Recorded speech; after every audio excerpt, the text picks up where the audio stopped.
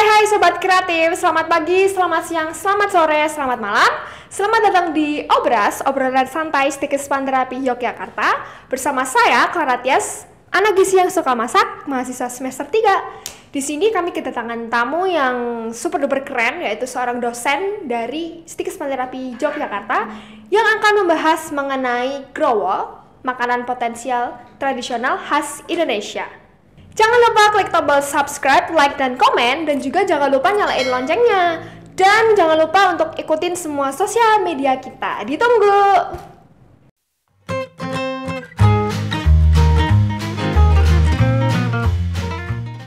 Pada hari ini kita kedatangan tamu yang istimewa. Boleh diperkenalkan dulu, Bu?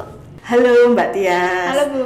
Halo para sobat kreatif. Saya Maria Amrijati, salah satu dosen di program studi gizi, program sarjana Stikes Panderapi Yogyakarta.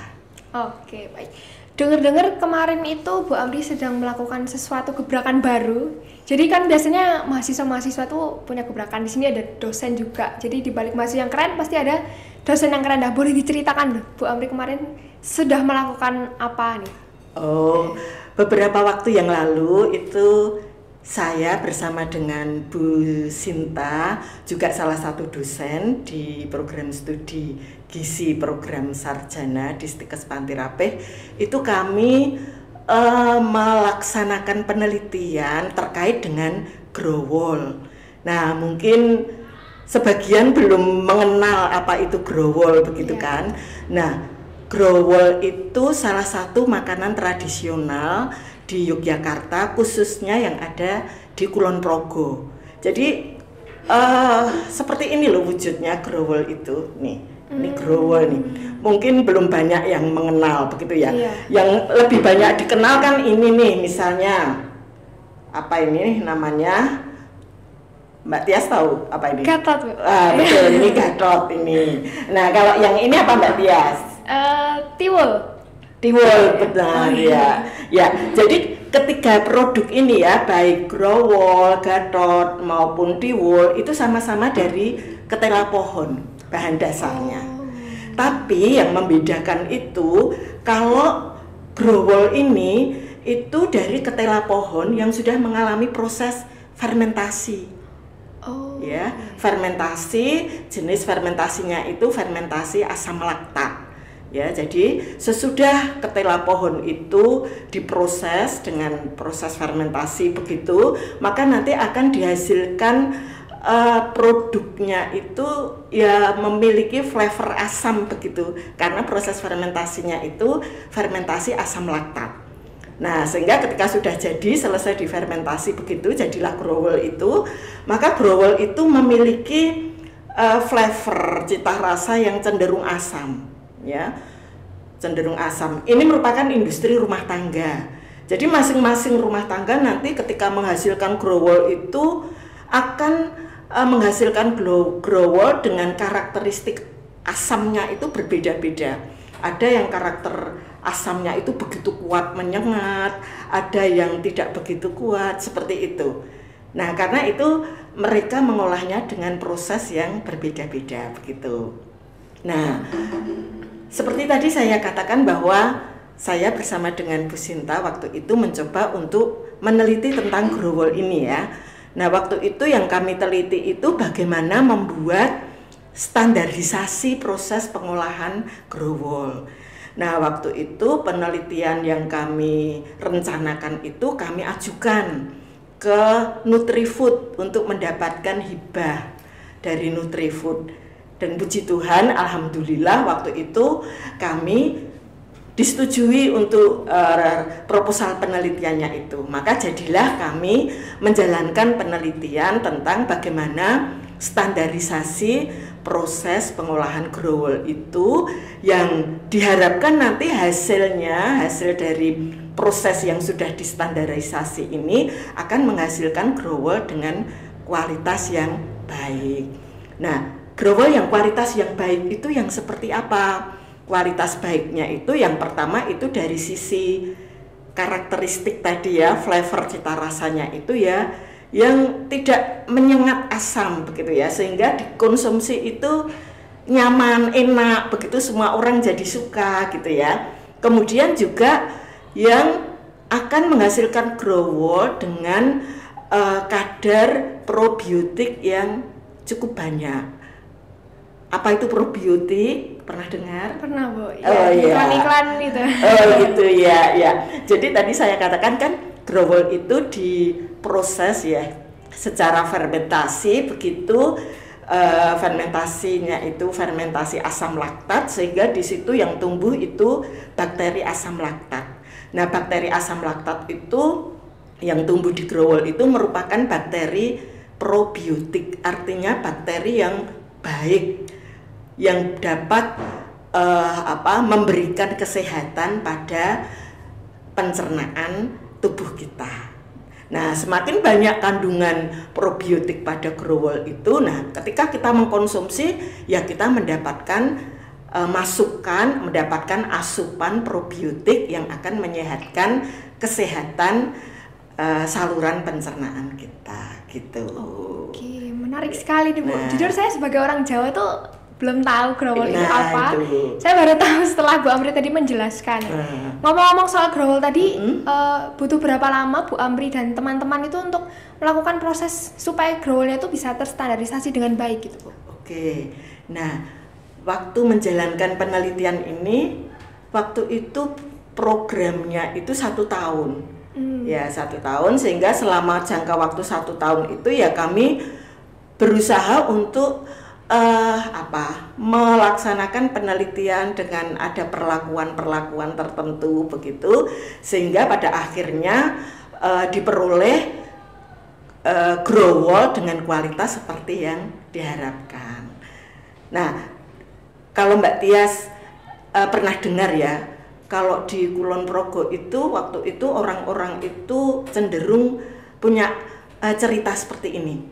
Kalau makan growol itu ternyata nggak mudah sakit perut, atau ketika kita diare kita makan growol ternyata bisa sembuh, mengurangi, meredakan diare yang dialami itu. Nah, waktu itu ya sekedar cerita aja, tapi belum ada mungkin pemahaman yang lebih detail mengapa kok growol bisa mendapatkan penilaian seperti itu gitu kan. Nah, ternyata setelah diketahui bahwa itu terkait dengan probiotik yang ada pada growol, maka jadilah kita bisa mendapatkan pemahaman yang lebih detail. Oh, ternyata karena growol itu ada probiotiknya, dan ini ternyata berpengaruh positif, berpengaruh baik pada saluran pencernaan, sehingga tadi mencegah sakit perut, gampang sakit perut itu, kemudian juga meredakan kalau terkena diare seperti itu. Nah, ini probiotik dalam growol itu sangat berperan gitu. Oke. Berarti dari kata-kata yang beredar di masyarakat tuh dibuktikan secara ilmiah langsung ya. Jadi kita mendapatkan pemahaman Oke. seperti itu ya, ada dasarnya kan, terus kita jadi tahu lah, kita jadi tahu mengapa kok muncul seperti itu gitu. Nah, yang menarik lagi nih, jumlah probiotik yang akan memberikan dampak pada kesehatan saluran cerna itu kalau dalam makanan itu jumlahnya itu sekitar ya minimal 10 pangkat 6 atau 10 pangkat 8 kalau koloni per gramnya gitu kan. Nah, growol itu ternyata ketika dihitung probiotiknya itu ternyata mencapai angka 10 pangkat 7. Nah, jadi udah masuk di rentang yang dinyatakan baik sebagai sumber probiotik tadi. Maka growol ini potensi sekali untuk dimanfaatkan sebagai makanan sumber probiotik gitu. Nah, itu satu sisi ya. Kemudian sisi yang lain itu growol tadi ya, seperti tadi disampaikan kan prosesnya melalui proses fermentasi nih tadi ya. Nah, ketika proses fermentasi itu terjadi, maka pada ketela pohon yang difermentasi itu terjadi perubahan-perubahan. Ada penurunan kadar gula, tapi juga ada peningkatan kadar serat seperti itu. Nah, perubahan seperti ini itu menjadikan growol yang dihasilkan itu menjadi makanan yang mudah untuk bertumbuhnya probiotik. Nah, makanan yang mudah untuk pertumbuhan probiotik itu disebut sebagai makanan yang bersifat prebiotik. Gitu. Jadi ada probiotik, ada prebiotik. Kalau probiotik lebih pada bakterinya, mikrobianya yang dia berperan di dalam kesehatan usus. Kalau prebiotik itu lebih pada makanan itu mudah untuk tumbuh probiotik. Nah, jadi growol ideal nih. Growol ideal dia sebagai probiotik dan juga sebagai prebiotik. Gitu. Jadi sangat bermanfaat ya, Bu. Ya, sekarang tahu kan kenapa kok ini istimewa, padahal ini kadang lepas dari pengamatan kita. Tadi Mbak Tias aja kan masih asing melihat ini gitu kan, lebih familiar dengan yang Gatot sama Tiwul, yang growol belum kenal. Nah, padahal ternyata ini menyimpan potensi yang begitu bagus gitu kan. Nah, sekarang bayangkan kalau growol itu sampai di dalam tubuh kita di saluran cerna gitu kan. Maka apa yang terjadi di situ? Sebagai probiotik, maka saluran cerna kita akan mendapatkan tambahan probiotik, sehingga harapannya probiotik yang tumbuh di saluran cerna kita. Sebagai prebiotik ketika dia masuk dalam tubuh kita, maka yang dominan tumbuh di situ juga probiotik. Ya, sehingga semakin menumbuhkan probiotik di saluran cerna kita. Ya, ketika probiotik itu bertumbuh, maka mikrobia yang sifatnya patogen yang menyebabkan penyakit, diare misalnya, maka dia akan tertekan pertumbuhannya, nggak bisa tumbuh karena didominasi oleh probiotik. Maka ya semakin sehat ya, karena menekan pertumbuhan mikrobia yang patogen. Di samping itu masih ada lagi probiotik, itu dia mampu menghasilkan senyawa-senyawa ya yang itu berperan positif untuk tubuh kita. Ya, macam-macam metabolit dihasilkan oleh probiotik itu, dan itu semakin mendukung kesehatan tubuh kita. Ya, tidak hanya di saluran cerna tapi nanti di bagian-bagian yang lain pada tubuh kita, yang itu kami teliti pada penelitian berikutnya gitu. Jadi masih berproses ya? Iya, tadi penelitian pertama kan itu tadi ya, sampai menemukan growol dengan karakteristik yang sesuai baik, standar, yang kualitas dan terstandar proses pengolahannya gitu. Tadi Bu Amri sempat menyampaikan nih kalau growol itu sebenarnya bahan utamanya dari ketela pohon. Iya, betul. Kan masyarakat tuh pasti taunya sebagai salah satu alternatif makanan pokok. Iya. Nah, apakah dari olahan growol ini tuh bisa gitu Bu dijadikan makanan pokok untuk masyarakat sehari-hari gitu? Jadi nggak nasi terus gitu. Oke, bagus sekali pertanyaannya ya. Para sobat kreatif, kita terbiasa makan nasi ya. Iya. Kita orang Indonesia itu kan terbiasa makan nasi. Nah, kita tahu salah satu sifat nasi itu adalah memiliki indeks glikemik yang tinggi. Indeks glikemik itu apa? Artinya ketika kita konsumsi, maka gula darah kita itu akan menunjukkan respon ya.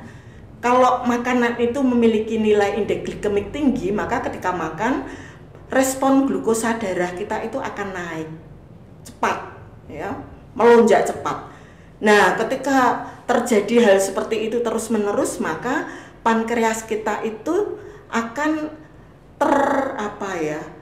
terpicu untuk bekerja keras, karena ini glukosa darahnya naik terus gitu toh, lonjakannya tinggi karena makan makanan yang nilai indeks glikemiknya itu tinggi.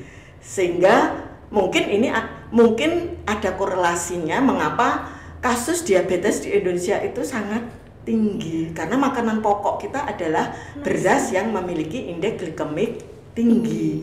Nah, sehingga sekarang salah satu hal yang perlu dilakukan adalah kita membiasakan mengkonsumsi makanan pokok khususnya yang nilai indeks glikemiknya itu rendah. Nah, singkong itu kan salah satu makanan yang nilai indeks glikemiknya rendah, dia makanan pokok juga nilai indeks glikemiknya rendah. Nah, growol kan juga dari singkong juga gitu kan. Nah, ini juga memiliki nilai indeks glikemik yang rendah sehingga aman kita untuk mengkonsumsi growol ataupun ketela pohon sebagai makanan pokok untuk antisipasi lah supaya kita tidak mengalami kasus kadar glukosa darah tinggi ataupun nanti mengarah kepada diabetes gitu. Oke, kan tadi flavor dari growol kan dijelaskan oleh Bu Amri itu ada rasa asam ya Bu. Nah ya, kalau betul. Misal dijadikan makanan pokok tuh nanti gimana Bu? Misal dari segi lauk pauknya atau sayurnya itu apakah akan memengaruhi pedoman isi piring gitu? Ya, jadi kalau growol dijadikan makanan pokok, tadi kan dengan standarisasi proses tadi kan flavor asamnya sudah sangat berkurang begitu kan, sehingga nyaman untuk dikonsumsi ya, kita menjadi berselera gitu untuk mengkonsumsi. Nah kemudian ketika kita jadikan makanan pokok ya, ini bisa menggantikan nasi sebagai makanan pokok. Berapa porsi yang disajikan atau yang memenuhi untuk kebutuhan makanan pokok kita ya, itu nanti bisa kita hitung kan, bisa kita hitung. Kalau nasi 100 gram begitu ya, maka kompensasinya itu kalau jadi ketela pohon berapa yang harus dikonsumsi. Nah ini kan bisa, tapi paling tidak bisa saling menggantikan karena ini satu kelompok makanan yang sama-sama merupakan golongan makanan pokok, jadi bisa saling menggantikan. Dan nanti untuk isi piringku kelengkapannya menurut saya sangat fleksibel ya. Kita terbiasa menjumpai misalnya growol dimakan dengan sayur ya, dengan sayur misalnya tumis oseng atau oseng daun pepaya misalnya, sangat mungkin. Lauknya dengan apa? Ayam bakar misalnya. Kemudian masih ada tempe goreng atau tempe bumbu kuning misalnya. Udah menjadi satu sajian yang menarik menurut saya. Ya, dan itu sudah terbiasa di wilayah atau di Kabupaten Kulon Progo karena growol berasal dari sana ya. Di sana sudah sangat terbiasa dengan konsumsi makanan growol sebagai makanan pokok dengan kelengkapannya itu tadi gitu. Oke, berarti growol ini aman ya Bu untuk dikonsumsi oleh bagus. Umur ya. Mungkin ada batas usia dari umur berapa sampai berapa? Sejauh sudah bisa mencerna, sejauh sudah bisa mengunyah, mencerna gitu, enggak apa-apa menurut saya. Enggak masalah. Tapi ya? Tentu juga kita perhatikan tahapan dalam daur kehidupan itu kan, sesuai dengan kapan anak-anak sudah bisa mendapatkan makanan biasa gitu kan. Kapan sudah bisa? Nah, ini menurut saya sangat potensial di situ untuk dimanfaatkan. Kan tadi ngomong-ngomong growol nih sebenarnya belum banyak yang tahu gitu ya Bu ya, apalagi sangat potensial sekali apalagi untuk kesehatan. Dari Bu Amri sendiri apakah ada sesuatu yang disampaikan supaya masyarakat tuh percaya growol nih oke loh, bisa loh buat menggantikan nasi, terus juga bisa memenuhi kebutuhan kita sehari-hari gitu Bu. Meyakinkan masyarakat gitu. Tadi saya kan menyampaikan ya bagaimana pengaruh growol yang lebih besar lagi begitu ya, itu ada dalam penelitian kami ya. Nah kami kan selanjutnya melanjutkan penelitian tentang growol ini ya.